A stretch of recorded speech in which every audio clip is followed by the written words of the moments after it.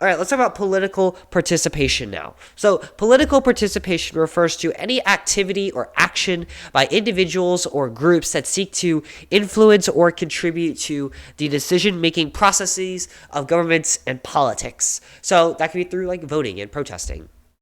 So, political participation can be voluntary. You could choose to leave your house and go vote, or it may occur at a level where you're forced to do it. In some countries, you are forced to vote or you'll be fined. This can happen at the individual level, like through voting, or at a group level, like through protesting.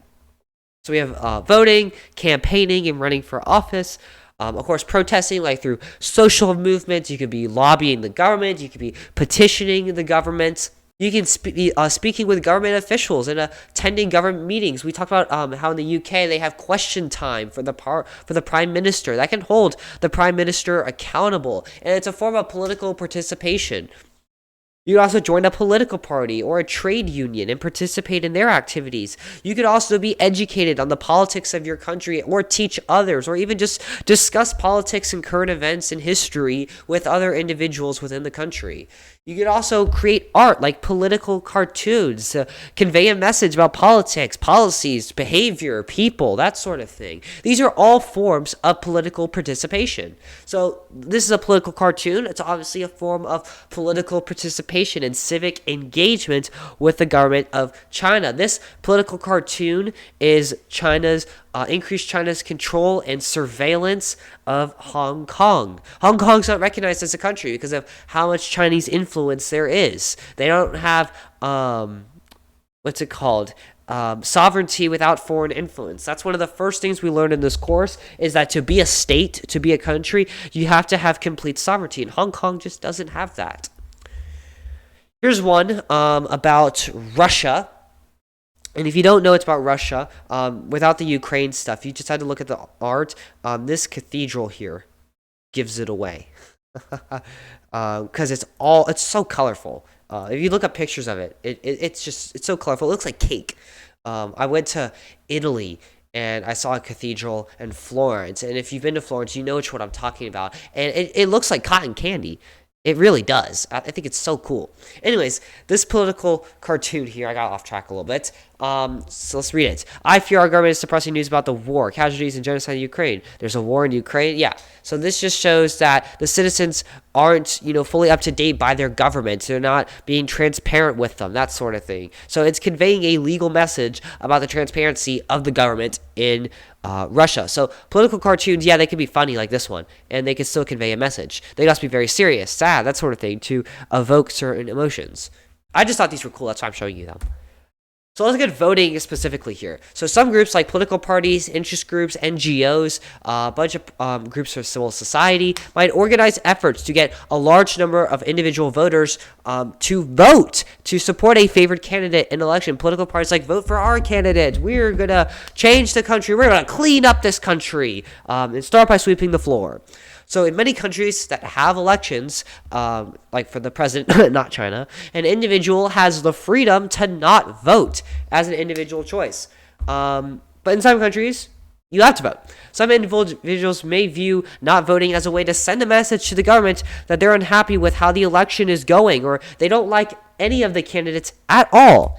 If a large number of the citizens believe that the government's imposing rules that reduce an election's legitimacy, fairness, competition, some groups in the country may attempt to organize a boycott of voting as a big, large effort within the country, and that itself is political participation.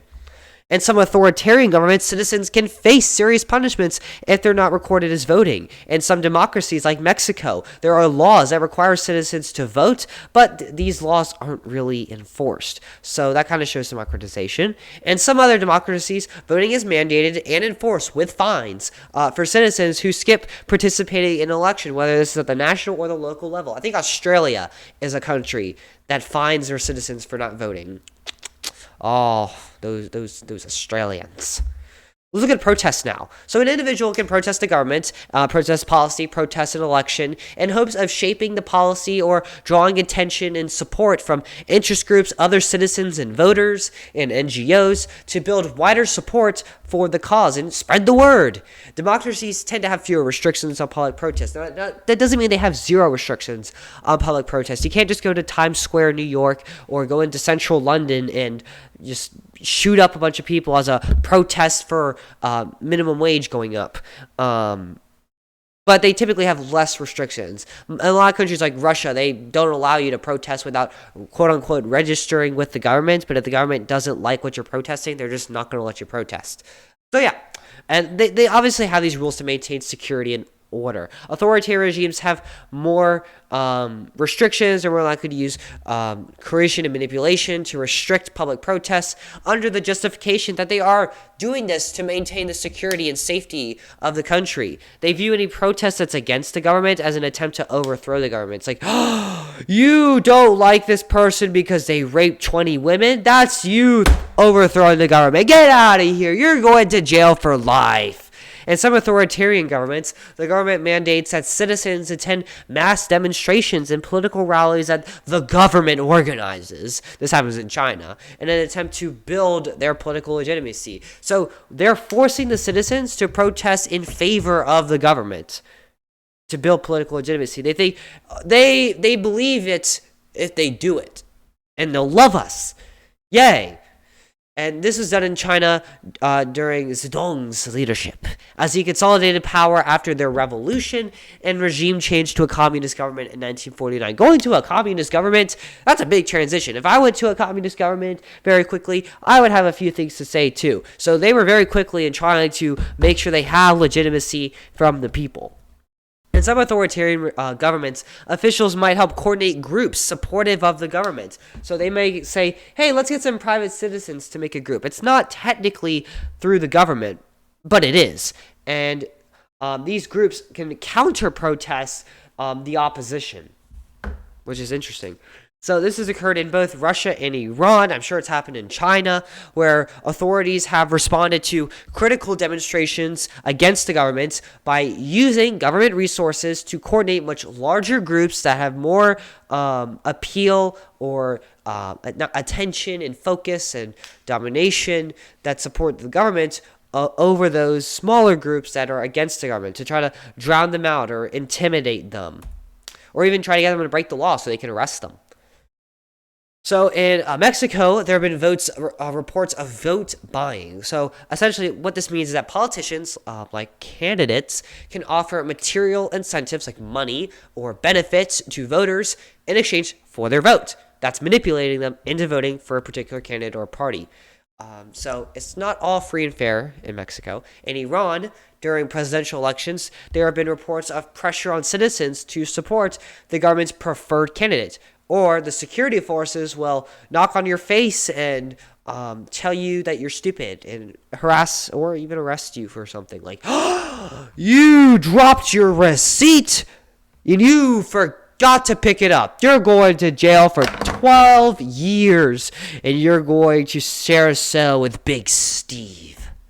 In Russia, the government exerts tight control over the media and uses state-controlled media outlets to provide propaganda and shape public opinion. So they create arts like this here to influence the citizens and have them support the government. In China, there have been reports of citizens being manipulated or even incentivized by local authorities to attend pro-government events and rallies. They're organized by the government to support communism and the Communist Party or a very specific government policy or action that they're doing. Attendance may even be mandatory for certain groups or people living in certain areas. Certain groups can include government employees, students, or members that are a part of these state-owned enterprises that we discussed earlier. So political participation can be something that supports the regime, something that they're doing. That's where voting comes in. If you like a certain president and they're running again, you can vote for them to show your support. And then it can also be oppositional behavior, like you're protesting an election, like in Iran in 2011 here. You can even try to overthrow the regime, and that's what authoritarian regimes fear the most. All right, the UK. Support for the monarchy is because you can't vote for the monarchy, is demonstrated through attendance at royal events like weddings and jubilees and ceremonial occasions. In China, descendants signed Charter 8, a manifesto calling for political reform, human rights, and democratic freedoms in China's.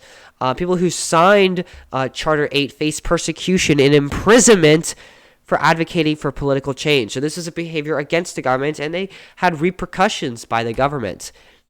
In Nigeria in 2020, there was a youth-led movement that happened nationwide against police brutality and corruption, specifically targeting the Special Anti-Robbery Squad. So this is behavior in favor of the police, but against police brutality. In Mexico, citizens attended the official Independence Day events, such as the President's annual El Grito ceremony in Mexico City. So this isn't in favor of just Mexico as a whole. It's a patriotic event and patriotic political participation here. So communities that celebrate Independence Day in Mexico do so with, like fireworks in the United States. They have traditional festivities with parades, concerts, street performances, and cultural exhibits and actions and dances and stuff.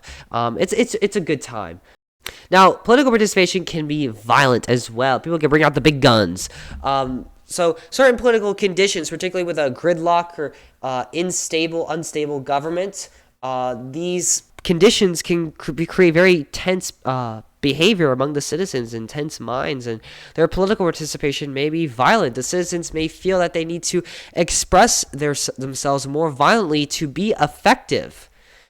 In the early 1900s, the Irish Republic Army committed acts of violence in order to regain independence for Northern Ireland. Northern Ireland is still part of the UK, so can't say that it worked. The UK responded with army occupation, so they responded with the army, with the armed forces as well, to try to end these attacks. In Mexico, a little more recently, about 30 years ago, the Zapatista army declared war on the Mexican government. They demanded work, land, education protections for the indigenous populations in the south. In Nigeria, we see Boko Haram. They're a terrorist group, a Muslim terrorist group that seeks to create an independent Muslim state in Nigeria. And they do so violently with kidnappings and bombings and shootings to challenge the Nigerian government, challenge their military and their legitimacy.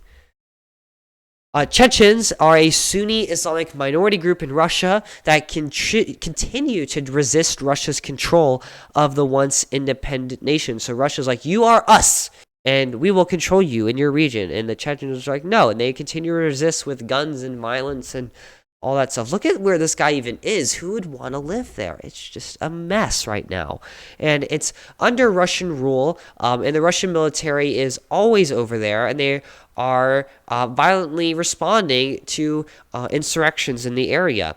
In 2009 in China, they had Uyghur riots erupt in the capital city, and this sparked by the Uyghurs being dissatisfied with how the Chinese government was handling the deaths of a previous uprising as well. So they were protesting the protest. The Chinese government responded to this protest with even more violence, and they set up concentration camps to try to shape the political socialization of the Uyghurs. In 2019 and 2020, there were nationwide protests in Iran over significant increases in oil prices. Protests were initially peaceful, and a lot of times they are always peaceful, but sometimes they can start peaceful and turn more violent. And they started to call for the overthrow of the supreme leader, all over oil prices. Iran responded by shutting down the internet for 6 days. So it's not as violent as killing people, but they did kill people. So, yeah. So what's the role of political participation? Well, there's formal political participation, like casting ballots in elections, stuff that's typically promoted by the government, provided through certain processes and services, like joining a political party. And formal political participation is encouraged across both democratic and authoritarian regimes to enhance legitimacy, gather input from the citizens. Maybe the government wants to know whether you believe they're doing the right stuff or not. It can act as a safety valve, which is a political mechanism or even a policy that allows for the release of public pressure or discontent in order to prevent more extreme forms of protest or even revolution. It can even apply as a check on the government policies. Though authoritarian regimes are more likely to use citizen participation to intimidate the opposition or give an illusion of influence or to provide a legitimacy, democratic regimes hold elections. That's what makes democratic regimes unique, is that they have these free and fair elections that allow citizen control of the policy-making process. They are electing people who create and pass policy. Let's talk about a process known as referenda. So referenda is a direct vote by citizens, not by representatives, on a specific issue or proposal put forth by the government. So it's a very important issue that they want the citizens themselves to vote yes or no on. So this allows the people, the individuals within the country, to directly participate in the decision-making process. So this is a way of formal participation. It promotes democratic policymaking. It can allow the chief executive, like the prime minister, to bypass the legislator. That could take too long, or they may not agree with it, or it may be split 50-50. This can oblige citizens to make difficult and potentially unpopular decisions on public policy issues. They can do so privately as well, because you don't have to tell your friends what you voted for. The UK has used referenda on various occasions to decide questions like the devolution of power to regional assemblies, the separation and creation of independent states, as well as their withdrawal from the European Union. So they've done this numerous times. So this is an example. In 1997, a referendum was done in both Scotland and Wales, to determine whether each nation should have its own parliament or some kind of assembly with legislative powers. The Scottish people voted in favor of a Scottish parliament. The Welsh people voted in favor of a national assembly. They could have said no, or one of them could have said no, but they didn't. And that's the Welsh assembly. It looks like a giant chip. Now, these are legislative bodies that have authority over specific policy areas like education, health, and transportation. However, they still retain the UK Parliament's ultimate sovereignty. The referendums led to the establishment of devolved institutions with varying degrees of legislative authority in Scotland and Wales. So it gave them more power. Here's another one. In 2014, Scotland had a referendum on whether to become an independent state and to essentially separate from the UK, another form of devolution.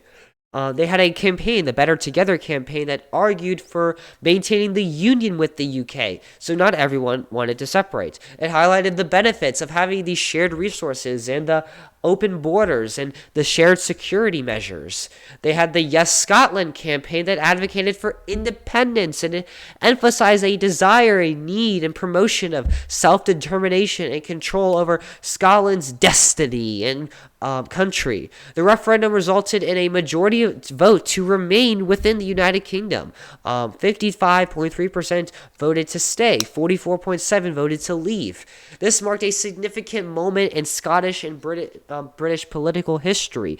It showed that the majority of the Scottish people still want to stay with the UK. And this shaped discussions around national identity and sovereignty and what the future lays ahead for the UK. Another example is in 2016, the UK held a referendum on whether to leave the EU or stay, and this is referred to as Brexit. So this event followed years of debates, years of discussion and tension about the UK's relationship with the UK. It had concerns over sovereignty and immigration and economic integration. They didn't have the currency, they didn't have the euro, and they had open borders, so that's a lot of immigration, a lot of movement that could destroy the culture. And also sovereignty. The UK has no say over certain issues. The EU does. The referendum offered voters a simple choice. Remain or leave. Most referendums have a simple choice. The campaign was marked by intense political rhetoric, with proponents of Brexit arguing for reclaiming sovereignty, controlling the immigration, and pursuing new trade opportunities. Thanks so much for watching. Please like and subscribe. It's free, which means it costs $0, and it really does help me out. Leave a comment down below with any questions. I'll be happy to answer them. There's some links down below in the description with practice tests, key terms, guided notes, all that fun stuff. Head on over to the next AP Comparative video on some really cool political stuff.